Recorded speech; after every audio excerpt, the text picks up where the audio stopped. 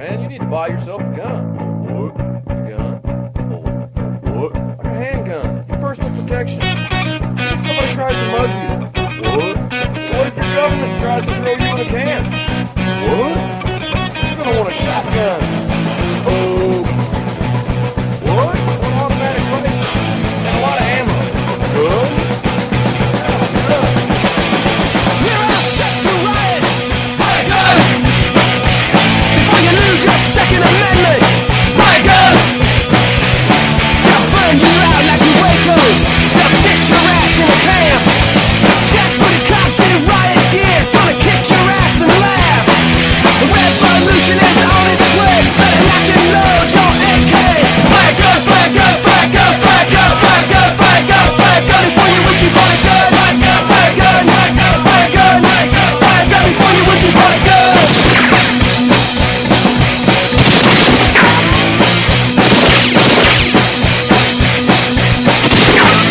We're all set to riot. Buy a gun before you lose your Second Amendment. Buy a gun. It's okay, you're running to the banksters. They stole your pension funds. It's time that we took to the streets. It's time we had our turn. A revolution is on its way, and the founding fathers would say, buy a gun, buy a gun, buy a gun, buy a gun, buy a gun, buy a gun, buy a gun before you wish you bought a gun. Buy a gun, buy a gun, buy a gun, buy a gun, buy a gun, buy a gun before you wish you bought a gun.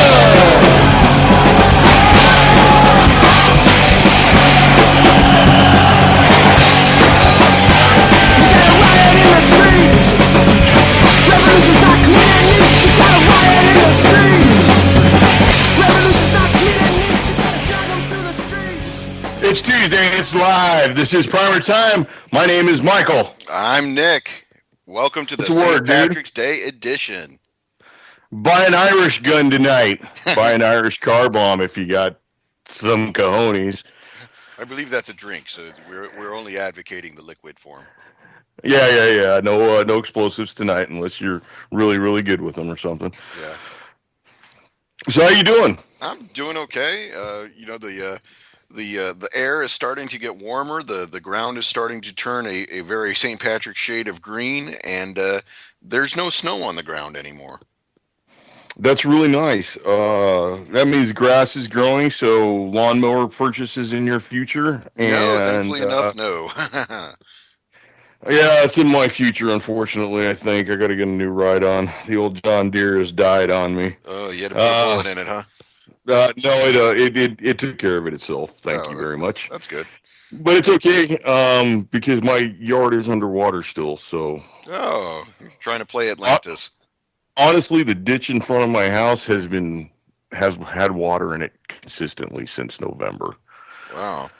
So I'm waiting for like the first 3 or 4 days we get above 80 degrees in a row here, and we're going to have mosquitoes the size of chickens. Well, that you just got to watch out for when they try and carry off your dogs.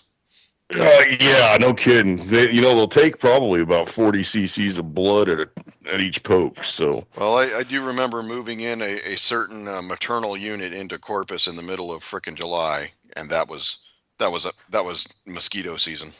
Yeah, and that being in the middle of Corpus, the use of 410 on said mosquitoes is kind of frowned at within the city limits. It is. That's why you have to go down South Padre Island Drive to do that. Yeah, well, there's enough shooting on South Padre Island Drive already. And speaking of South Padre Island Drive, this is the Redneck Riviera's time of the year to get hopping, is it not? Yeah, this is a pretty interesting time right now. Spring break for different areas is going on right now. So the beaches are hopping. South by Southwest in Austin is going on right now. So that place is hopping. And we want to give a special public service announcement to all of our fair-skinned friends from Minnesota. Make sure you go ahead and invest in some sunscreen. SPF for 4,000. A hat, like a hat. Yeah, all you little freckle-faced little redhead girls. We'll call them pinkies because that's what they'll be in about 2.5 hours. Yeah, little sand crabs. And go Calhoun. Shout out for the crab. All right, so I went to a gun show over the weekend. Yeah, what'd you see? Not a whole lot of anything. It was a smaller show. I would say there was maybe 150 tables total. Of those tables, I would say 60% of them were gun and firearm related items such as magazines, holsters, grips, optics, rails, yada yada yada. The rest of it would be the guys with knives and the people with Tupperwares and the T-shirt with the wolf howling at the moon. The prices were not anything to jump about or get really excited over. There wasn't a whole lot of cutting edge stuff there. There was a lot of plastic stuff and a lot of surplus stuff and a lot of hunting rifles and kind of odd calibers that you don't find at Walmart. So are you seeing some of like the 303 British and the 264? I would say things like 264, 258 Roberts, 6.62 Charnoveski or whatever the hell that was. There were things that I've never even seen there before. You know, a home rebarreled rifle. Wow. And the prices were nothing to jump at.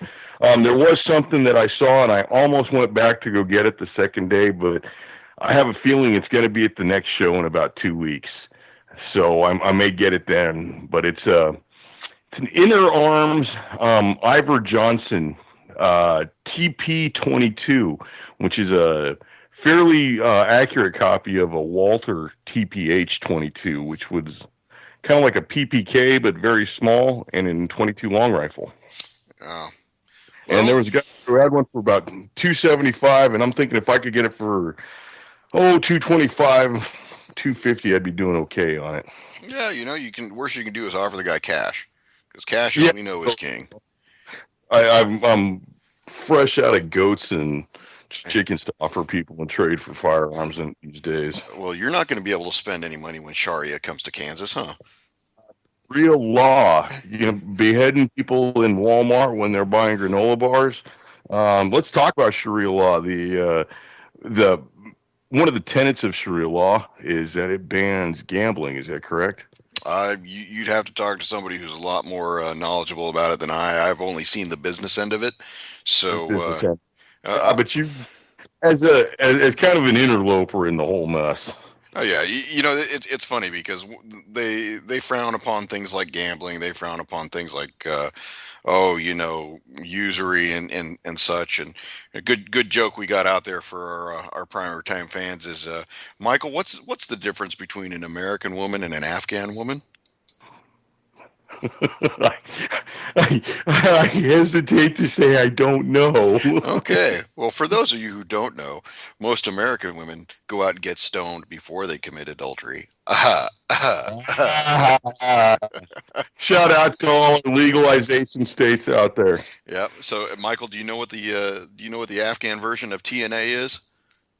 It was something in ankles, toes and ankles. Toes I would and ankles, almost baby. There we go. Get your burqa on. So we've got the Texas legislature, the Texas Senate has legalized open carry with a permit.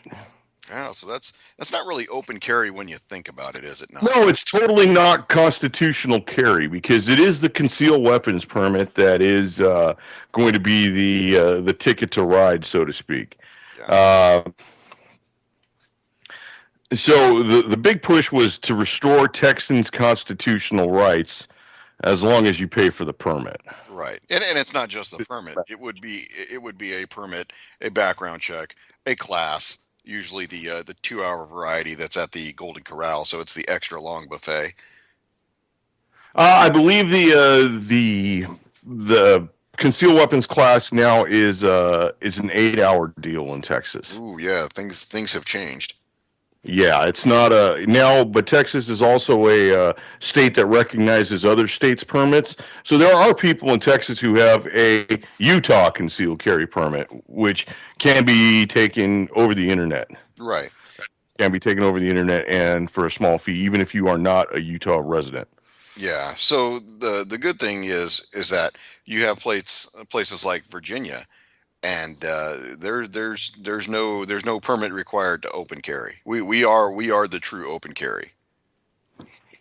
Arizona has open carry and concealed carry constitutionally. There is no permit required. If you wish to carry your pistol in underneath your jacket, underneath your clothes, actually in Arizona you'd never wear a jacket, so it would be underneath your very Yeah. flowing shirt. That's 100% fine. If you wish to carry your large hog leg in a cowboy holster and walk down the street, you're more than welcome to as well in Arizona. Yeah. I find it interesting that Texas, with its reputation, just has never had that as an option until the last few years. With the concealed carry. Right. That we've had open carry of long guns for quite a while. Right. But then even then, that's open carry of long guns so long as you're not perceived as being menacing. And we've had even some soldiers that have run into trouble in Central Texas, where there was a active duty non-commissioned officer. He was a master sergeant, and he was doing his thing, walking around with his son, and they were walking and they were openly displaying their AR-15s, and a concerned citizen called the I think it was the Bell County Sheriff in Temple. Right, it was Bell County Sheriff. It was Bell County Sheriff's in Temple, and basically they came up to the individual after a few minutes of not so pleasant back and forth. The sheriff's deputy basically overstepped his bounds and handcuffed the individual, put him on the front end of the cruiser, and disarmed him when he would not voluntarily comply with handing over his firearm. So there's a thin line in a lot of places where your rights can go only so far as the cop is willing to let them go, and I think that's a problem. I really genuinely think that that's a problem. There is such a thing as law enforcement officers having to come out and take a look and see that somebody's not threatening or menacing folks. But when they can clearly see that he's out on a stroll with his son and they're doing something for the Boy Scouts, I believe it was, at some point, common sense has to take over, and a little bit of tactical patience, as we call it in the military. The officer has to display some restraint, and I think in that situation, it ended up blowing up into it was a media circus that was really bad PR for the Army, because there was an active duty federal employee who was basically going against a small town sheriff that small town would not live had it not been for the U.S. Army in that area. Well, and to be honest, that small town sheriff has viewed members of the military as basically as a crop to be harvested. Oh yeah, certainly, and I can tell you, having lived in the Fort Hood, Central Texas area 3 times more than I ever really wanted to. There's a reason they blew shit up out there. I'll tell you what. They didn't pick a really nice area to go and put the tank training and the bomb exploding units out there. They picked the middle of nowhere, Texas. There's a reason for that. Yeah, and the first 2 rules about the Army setting up a place somewhere is, number 1, the weather sucks, and number 2, there's nobody out here with their own teeth. That's the 2 main rules for you to be able to have an Army post. So. Shout out to all our built in Texas listeners. There you go. So yeah, I think that when it comes to open carry, there's a right way and there's a wrong way to do it. Here in Virginia, people are very good about exercising the right to open carry. Going to Walmart all the time, looking for ammo to buy that's very rarely or infrequently there, and folks are open carrying. Was at a Five Guys Burgers the other day, and they had no problem with some folks that were open carrying. And Five Guys is a Virginia based hamburger chain. If you've never had them, pretty good. But there are certain businesses that do want you to come in, and they don't mind if you open carry, and there are certain businesses that really would rather you don't. And there's a large vocal minority of people out there that are pressuring these businesses to capitulate to their demands in order to go ahead and change the way that they operate their business model, and that's a sad thing. Well, we've seen with input from Moms Against Everything and Moms Demand Change and all these other Bloomberg-funded groups that the push is on. The push never ended. Oh, And honestly, the push will never end. No, and that's one of the things, next, Michael. I think that what a lot of people have seen in the last couple years is, back in the day during Ronald Reagan's time, it was Ronald Reagan and Tip O'Neill going at it, and they could find common ground at the end of the day. They were diametrically opposed to each other and their philosophies, but they could work together at the end of the day to come out with something. And therefore you'd have people who are victims of compromise. Now there is no compromise, and if you do compromise, you are giving up the farm.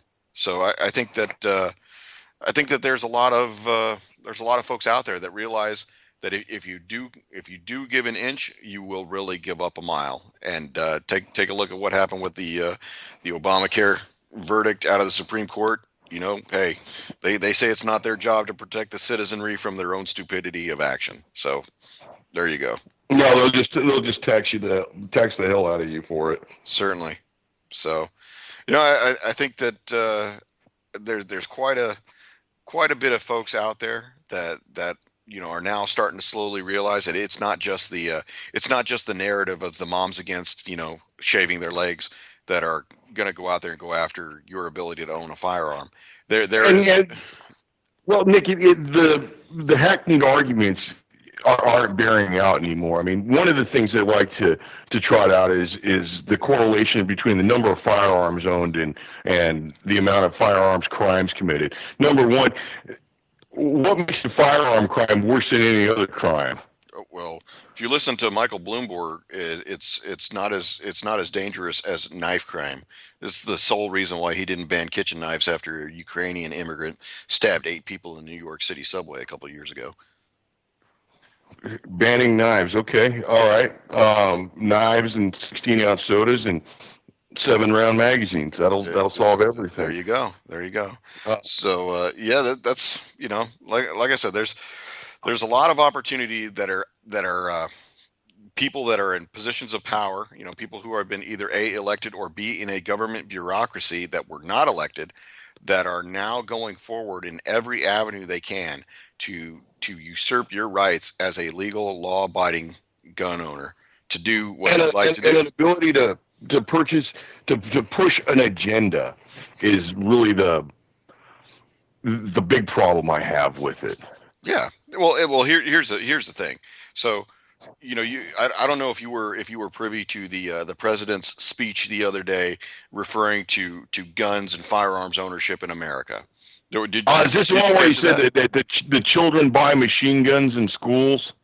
Yeah, in kindergarten we can give you guns. So here's the situation that I picked up, and I think a couple of news agencies have fact checked the president, and he's woefully pandering to a certain element within his constituent base from his party. So one of his questions was, gun violence in America is by far the worst, like by a mile, I believe was his quote, like by a mile of the industrialized nation. And I think that when the facts came out, the U.S. in terms of industrialized nations, in terms of death by firearms violence, is number 4, and we're tied with Chile. Number 1 was Brazil. So I think gun ownership laws are quite stringent. Well, certainly, and not only that, I think that if he was trying to say his thing about in some places in the United States it's easier to buy a gun than it is to buy a vegetable, I think he might have been talking about Brazil. I'm not sure, but I'm pretty sure he was talking about the United States. Let's talk about the places in the United States that he may be alluding to. Let's look at Chicago. Let's look at Indianapolis. Let's look at Atlanta. Let's look at Detroit. Let's look at Gary, Indiana. Let's look at New Orleans. Let's look at Atlanta. These are all Oakland. Why are you racially profiling? What's up with that? I'm sorry. This is in this case, this seems to be the common denominator, and Mayor Bloomberg pointed this out himself a few weeks ago. And this is not a popular subject, but if you exclude the numbers from those anomalies, which really, in the sense of the word, those population centers are anomalies. They all have, well, with the exception of Louisiana, of New Orleans and Atlanta, they all have fairly strict gun control laws. Right. So And they have here's my question: if those are supposed to be, to, if those are supposed to be the safest of the safe cities based on the legislation and the existing gun laws, why is it that their crime rates are so high? Nick, it must be the bordering states that are contributing to these problems. Or, I think it's because the majority of the gun crime is being committed by guns that are black. This is it. And once again, Al Sharpton has appeared in this show. And if you thought otherwise, you were misled by the white man. No, I think it's pretty damning in terms of the actual evidence. The whole narrative over the summer was Black Lives Matter, and I think that Black Lives Matter only as far as another black life that's willing to take it cares. So I believe it's more to the point of Black Lives only matter in the public eye when the life is taken by a non-black. Well, then that's interesting that you pointed up, because we've talked about the Ferguson, Missouri case at length a couple different times. Do you remember approximately how long it took for the news media to bring out the fact that it was a white officer who was involved in a shooting of a black man? Oh, it was rather rapid. They never gave his name. They took a long time to give his name, but it was rather rapid. That he was a white officer. Okay. Right. So, it was pretty much immediate. Right. So why is it that we have a black man who is in custody for what, for all intents and purposes, would normally be attempted murder, but however, you can't prove intent when somebody's being shot at from 120 yards away with a handgun? That the individual at night. Yeah, at night. That the individual who has been arrested is just a man. Is just a man who was attending a protest as the protest was dispersing.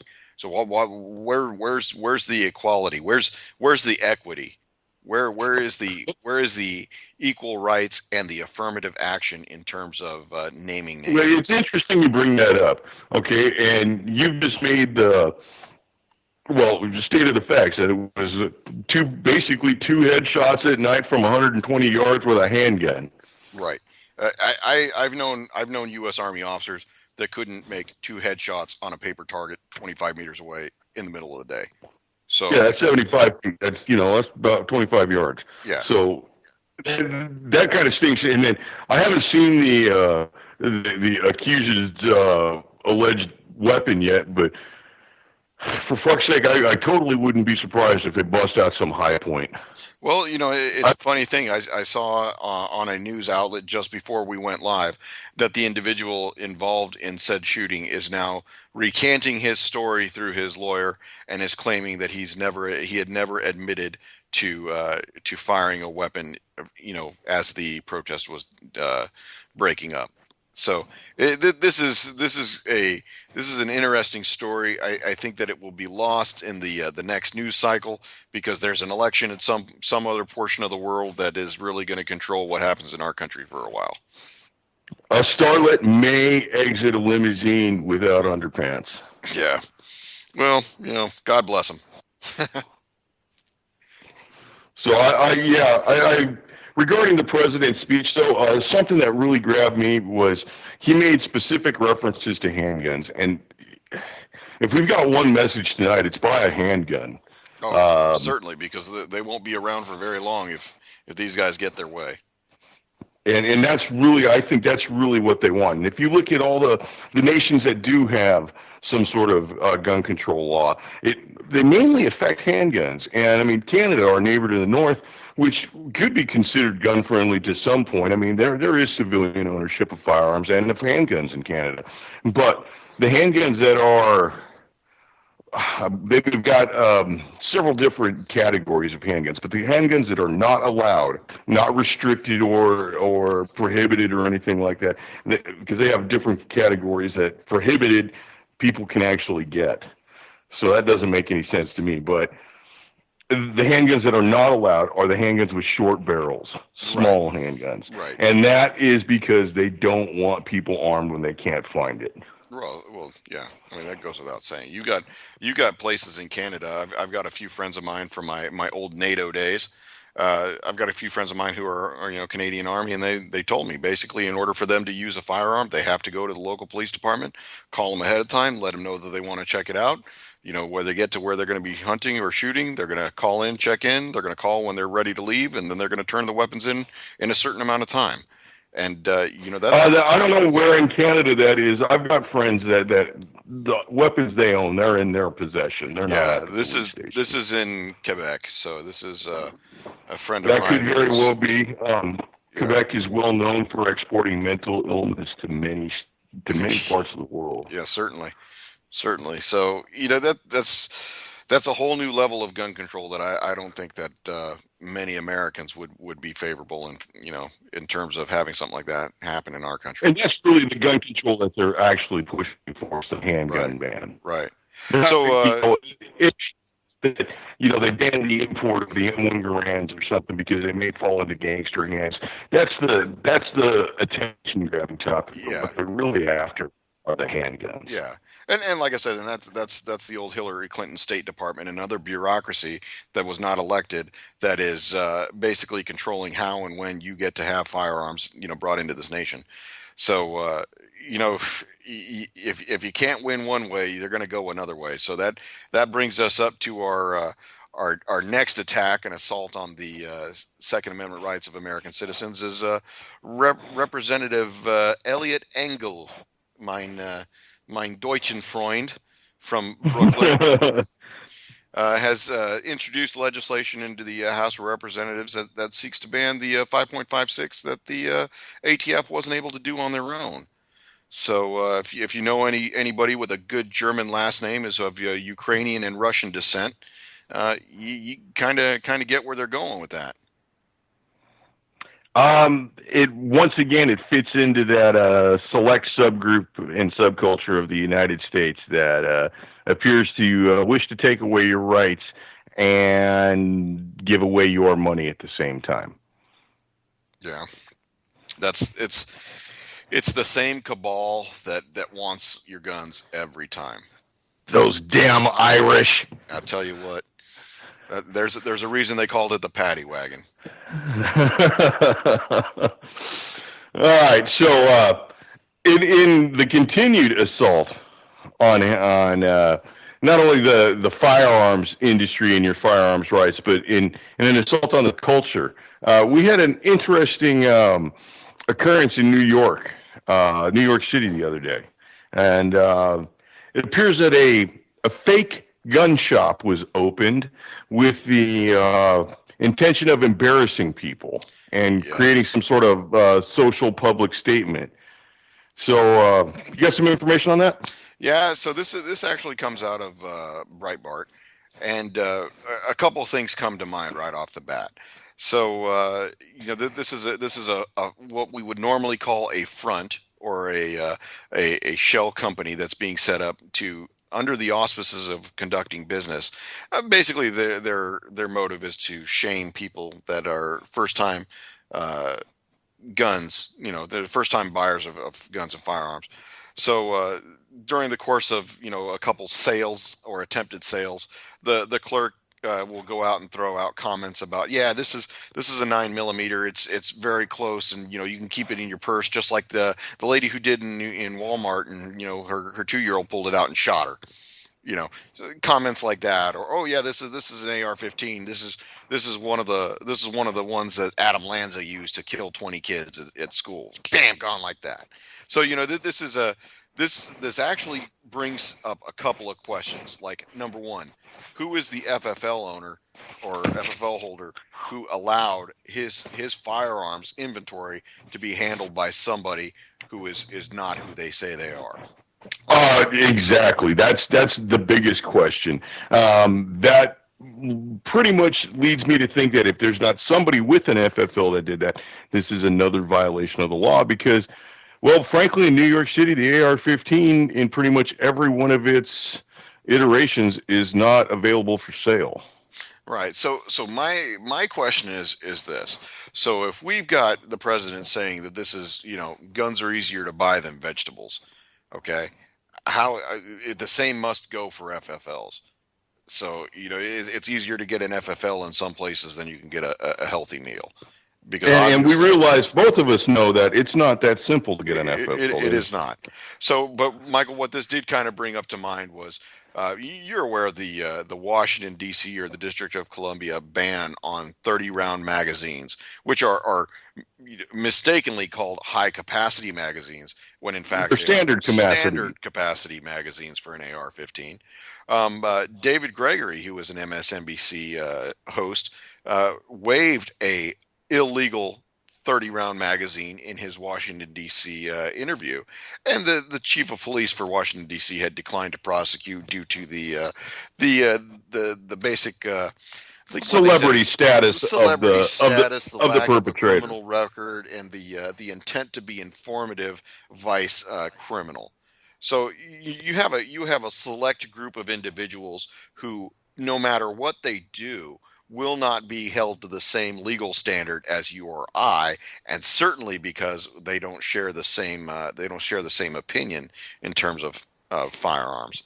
So I think that's a pretty important thing to know, is that I could see something like this gun control group setting up this store.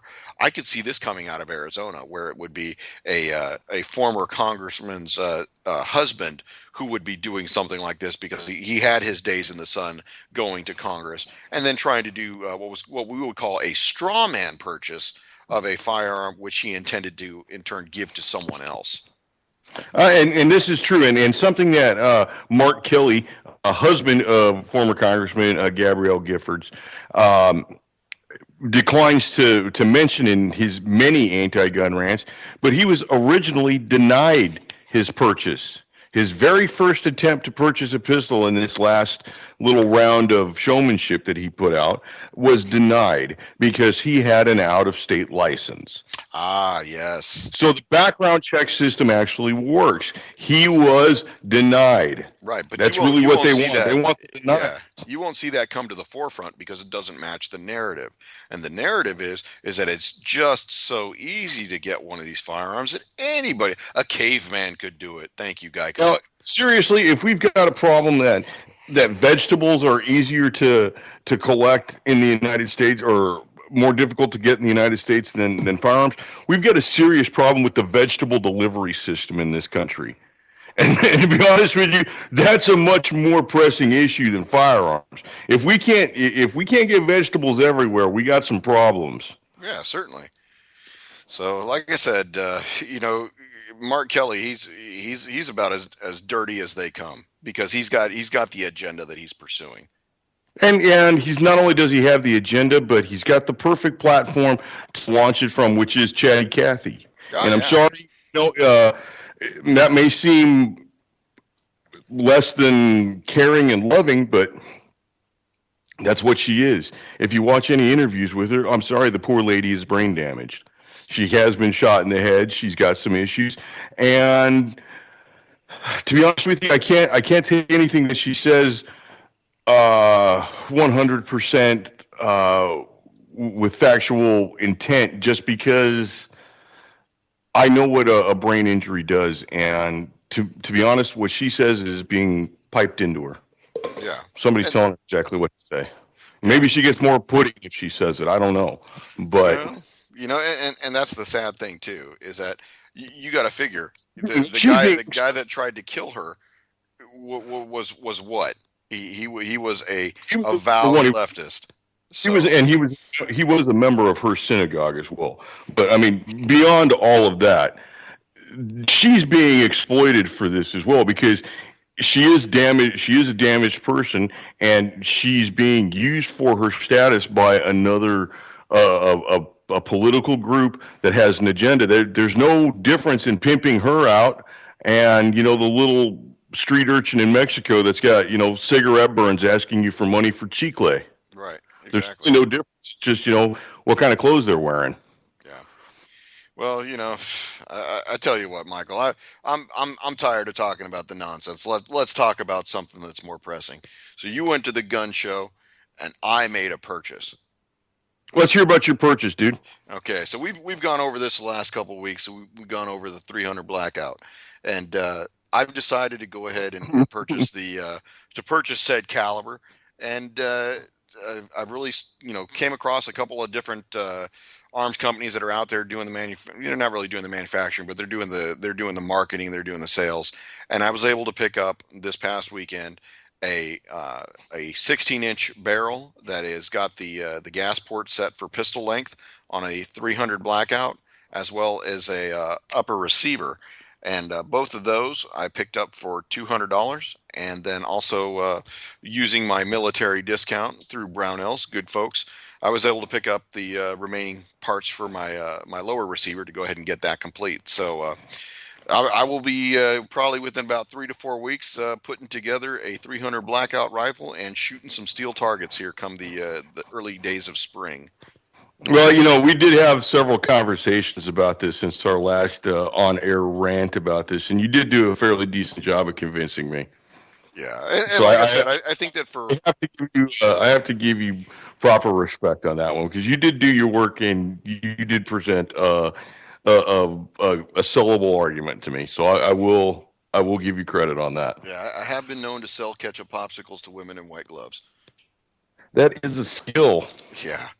So one of the good things that I found about the 300 blackout is that in terms of actual availability, there are major manufacturers that are producing this round. Look forward to the coming years where it becomes more and more available. More companies are going to be producing this.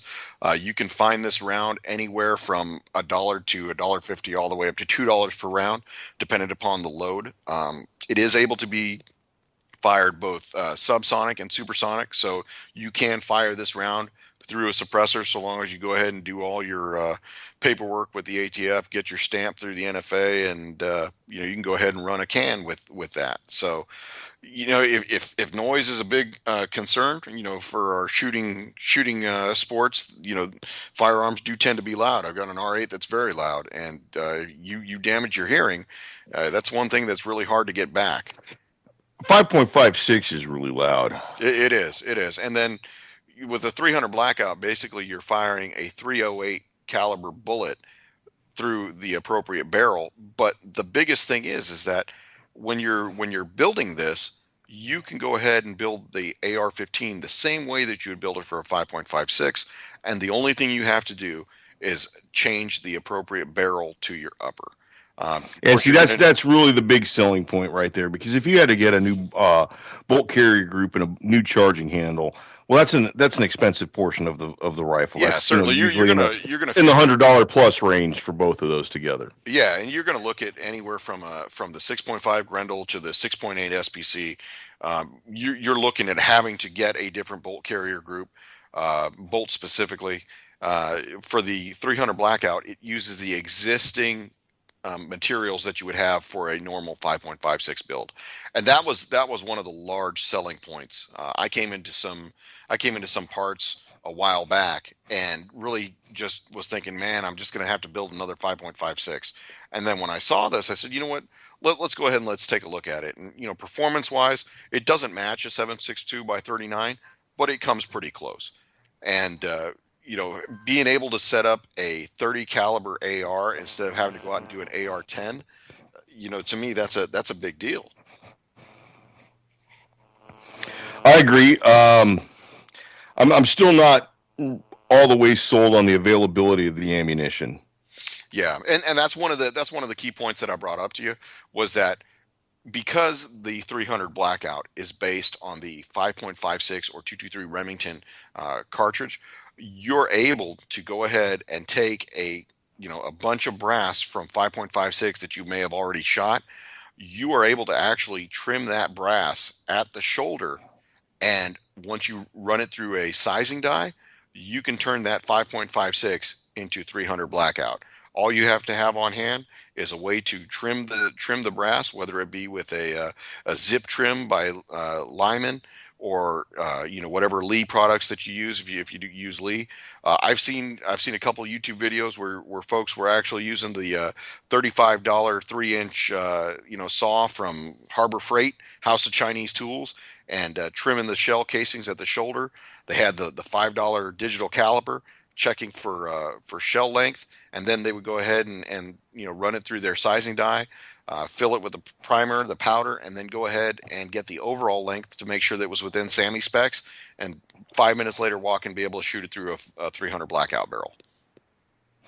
I think in the end you'd be better off to build your 300 blackout upper, and then build a spare 5.56 upper or that 300 wild upper, and then just change out the bolt carriers between them.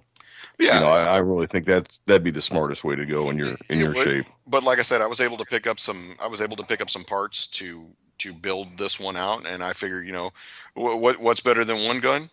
Two. More is better. Exactly. So this actually is going to work out pretty well. Like I said, the days are getting longer, the temperature's getting up there, and we're going to have some good conditions in a couple weeks to go out there and do a extended afternoon where I can go ahead and build it up, test it out, check headspace and with gauges, and make sure that it's good to go, and then go ahead and put some rounds down range. And the fact that you have to check headspace after you change the barrel, I think you just considering that, I think you'd be better to build the second 5 or the 300 blackout, or I'm sorry, the 223 wild upper. Yeah, well, see, here's the deal. You know me, I'm a cautious guy by nature. I've seen a lot of things happen when people don't take the time to do things correctly. So most barrels are headspace at the factory. But what I like to do is make sure that as these builds are going, you'll see a lot of folks just think, oh, well, I've got to get this barrel that's pinned. I got to go ahead and get it set to 45 foot-pounds of torque. That's within specs. Well, one of the things that they're not taking into account is that you may not necessarily have a problem with the headspace in that regard, but you may have a problem with how your bolt face locks up. So when I'm talking about checking things with gauges, I'm not just checking headspace for the barrel itself. I'm checking to see how the bolt actually lines up, and if that's out of specs, you won't get reliable performance anyhow. So better safe than sorry is the way I look at it. Oh, I agree with you 100%. Let's go over the 4 rules of safety real quick. Knock them out. All right. First rule: every firearm is loaded until you physically and visually inspect it. Make sure that it is not loaded. Rule number 2: be mindful of the muzzle. Don't sweep anybody. Rule number 3: know what your target is. Know what is beyond your target. And the most important rule is keep your finger off the bang switch. Please, booger hooks off the bang switch. You can't say it enough. You can't make the weapon discharge unless you pull the trigger. That's right. Keep them off. And no matter where you are, you'll always hear the anecdotal stories of the gun just went off. And I think that actually that is I think that's something that is being pushed by the nefarious elements of our gun control society that want the rumor to persist that firearms, while magical to some, are just woeful miscreants of our created society that go off unintended. Well, they get up off, release themselves from the safe at night and go and terrorize the town and shoplift Pop-Tarts, and some of them have been heard trying to join ISIS. It's really a mess. It is, and speaking of ISIS, I do want to give a shout out to my buddy Chris for sending me the greatest internet meme that I've seen in a while, which was Michael, have you ever heard of FarmersOnly.com? No, I've not. You're fortunate, because if you have DirecTV, you've seen the commercials, and the catch line is, you don't have to be lonely at FarmersOnly.com. And my buddy Chris sent me one that had a picture of a group of Afghans herding a bunch of goats, and said, you don't have to be lonely at ISISonly.com. This is wrong. It was wrong, but it was I'm so just right. glad I don't have a TV. I'm pretty happy I missed that. Yeah, you need to go ahead and find you a Farmers Only commercial. Those are pretty good. That's I'll save that one. I'll watch cat videos later. Yeah. Thanks. Yeah. So I'm really looking forward to finishing this build up. I've got an individual where I work, and he's helped me build the last one out, and we test fired that. So there's only actually a few pieces left that I need, and since we do things on a budget, we work for the man, so we don't get paid a whole lot. But just the four pieces that I need, you're going to need a front sight. I will need to get a gas length, or I'm sorry, a pistol length gas tube. We'll need to put some kind of rail on it at some point, and then I will need to get a 30 caliber flash hider. And those are, that all comes down to aesthetics more than function, I think. Flash hiders kind of do one thing and one thing only, and it's all about how it looks. So. Right, and to be honest with you, the flash hider is not necessarily a needed item. Yeah, no, but I mean, for me, more so about protecting threads. I would be just as happy getting a thread protector in the appropriate caliber, so that I could go ahead and just keep those things from being flattened out or damaged. I would almost go with the thread protector because, well, at some point, if you decided that you do want to get a can, Yeah, and certainly, and with this setup, the way that the barrel is configured. If I want to go ahead and run the can, if I have the extra $200 laying around for the stamp, I can do that at some point. There is some talk out there amongst the shooting community whether or not a 300 blackout barrel in a carbine gas link system will cycle the subsonic ammunition reliably. I've seen a couple people say it either way, but I do know that a lot of the manufacturers specify that their barrels are set for the pistol length cycle reliably after extended testing. So that's what I'm confident going with. Well, I guess if it's what you want, that's what's really going to matter in the end, and that's kind of like the whole point of this. It's get what you want, get what feels good to you, get what you think you'll use. Oh yeah, certainly, and one of the big things for me is that. Once you move up from a 22 caliber to a 30 caliber, it's a different shooting experience.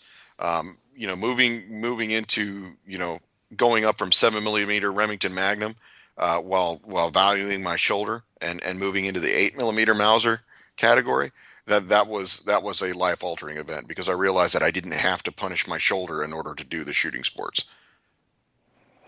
Well, a little bit softer shooting is kind of a nice thing as you get older, or you become injured or incapacitated a little bit, and there's really you don't get any points because you shoot something big. No, and if I want that, I can go ahead and put a muzzle brake on whatever I'm shooting and give the appearance that I'm shooting something a lot larger than I'm actually doing. You should put one of those muzzle brakes that looks like it's on the Barrett 50 cal, the big flat one. Yeah, the only problem is that when you actually purchase one of those large muzzle brakes, you actually have to go ahead and remove your barrel because the individual that's going to install that needs to make sure that on a lathe that is tapered to fit the contour of your barrel, so you don't have something that goes out extremely wide or flares. You want a gradual They make them. line. They make them for a 5.56. It's a copy of the one that fits on the Barrett 50. Oh, certainly. But once again, like I said, if you're going to put a muzzle brake on, you need to have that. You need to have that tapered, correctly to that individual barrel. All barrels are not created equal, right? Absolutely, that is 100% true. So you need to go ahead and make sure that whoever's doing that takes the time and attaches that, gets it set on the lathe correctly, and spins it out and grinds it down. Because then there's actually going to be some finishing, whether it's powder coating or whatnot, that they're going to have to do in order to make it protected from the elements. I think I'd like to try and get something Cerakoted, and I'd like to give a report on that at some point in the future. I've got a couple of items that I'd like to maybe take off, and maybe, I don't know if you're looking at that for any of your barrels. I think if you get just a barrel done, it saves you a tremendous amount. Yeah, one of the things that I'm kind of concerned about in terms of getting things like barrels Cerakoted is that most of the barrels have anodizing on them anyhow, different finishes, whether it's melanite or whatever. Well, I'll tell you what, the phosphate finish on an AR-15 barrel has a tendency to turn Cheeto if you're not on it Oh, certainly.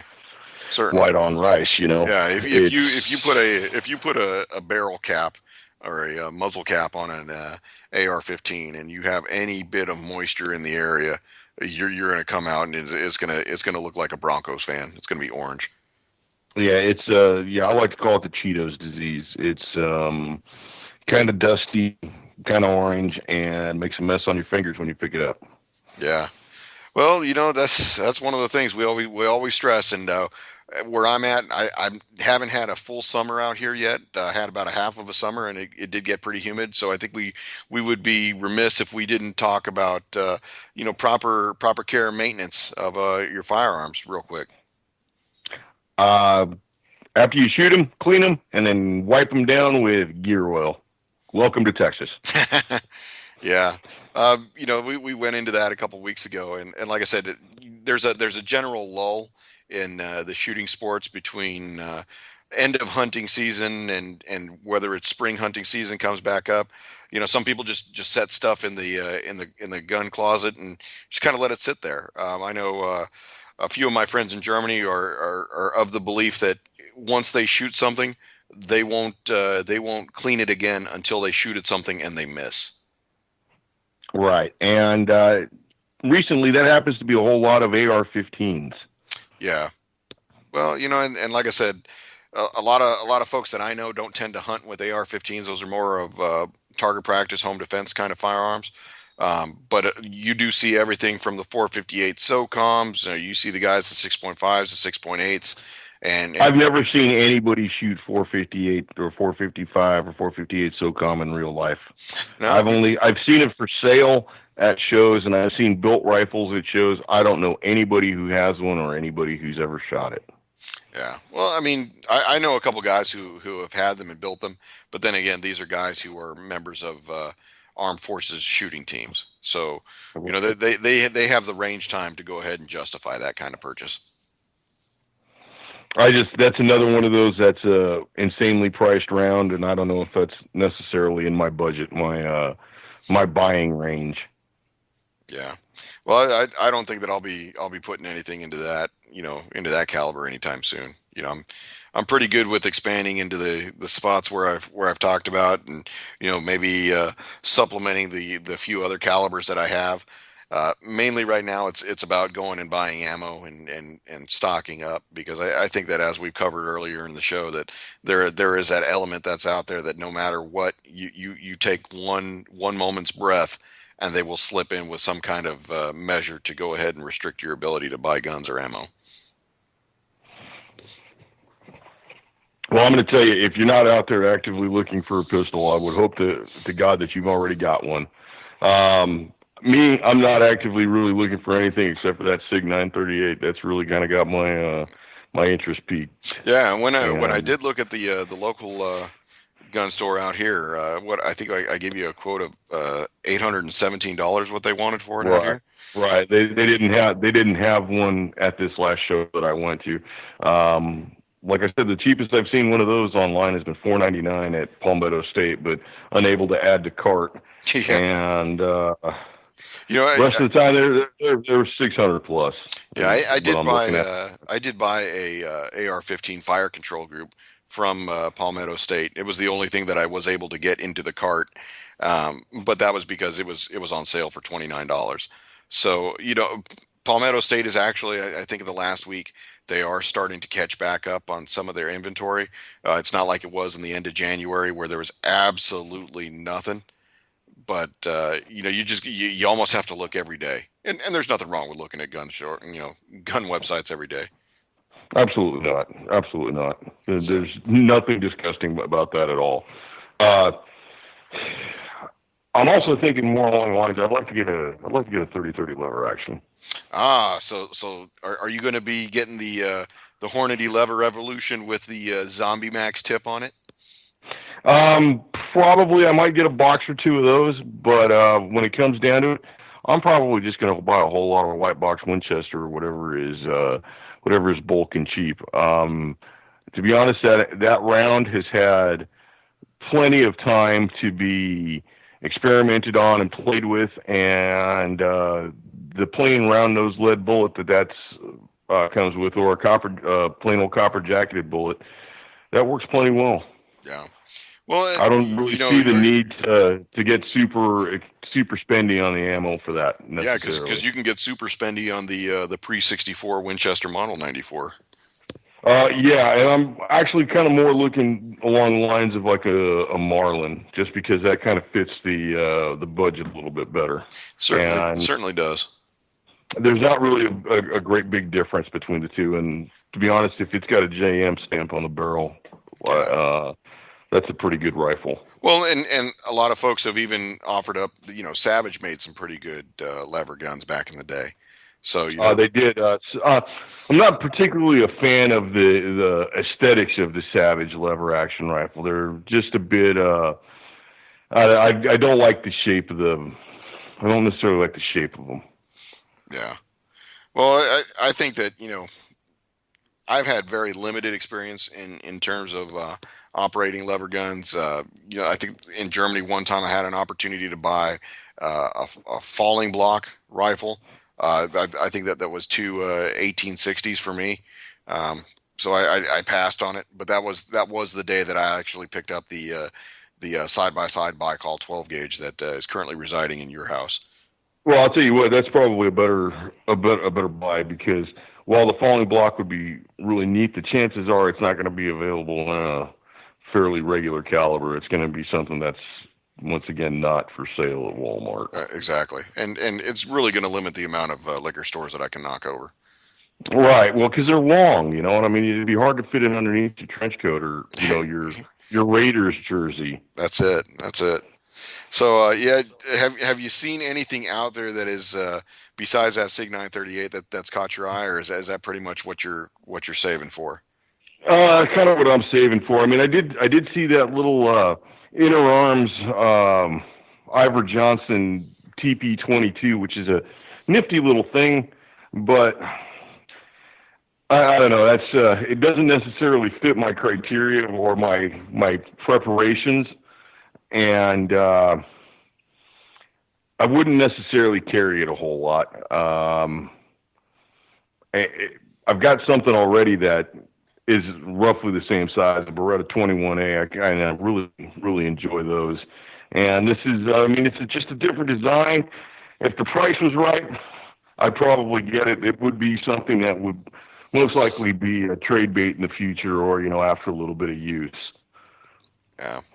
Well, I want to give a quick update. A good buddy of mine did finally come home with his Springfield Armory M1A.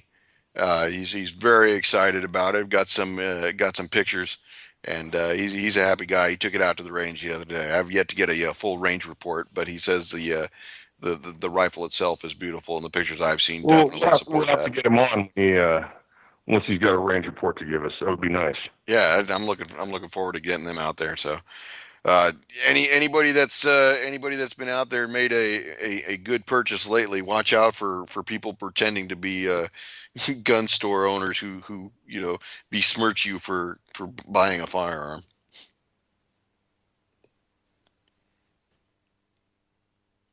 Well, I think we're going to go ahead and get ready to call it a day.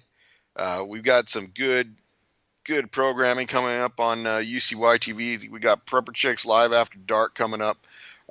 Sounds like Michael's had some technical difficulties, so we're going to go ahead and call it a night here. I want to say thanks to all of our PrimerTime listeners, and definitely want to go ahead and get the shout out to Jules and the rest of the crew UCY TV.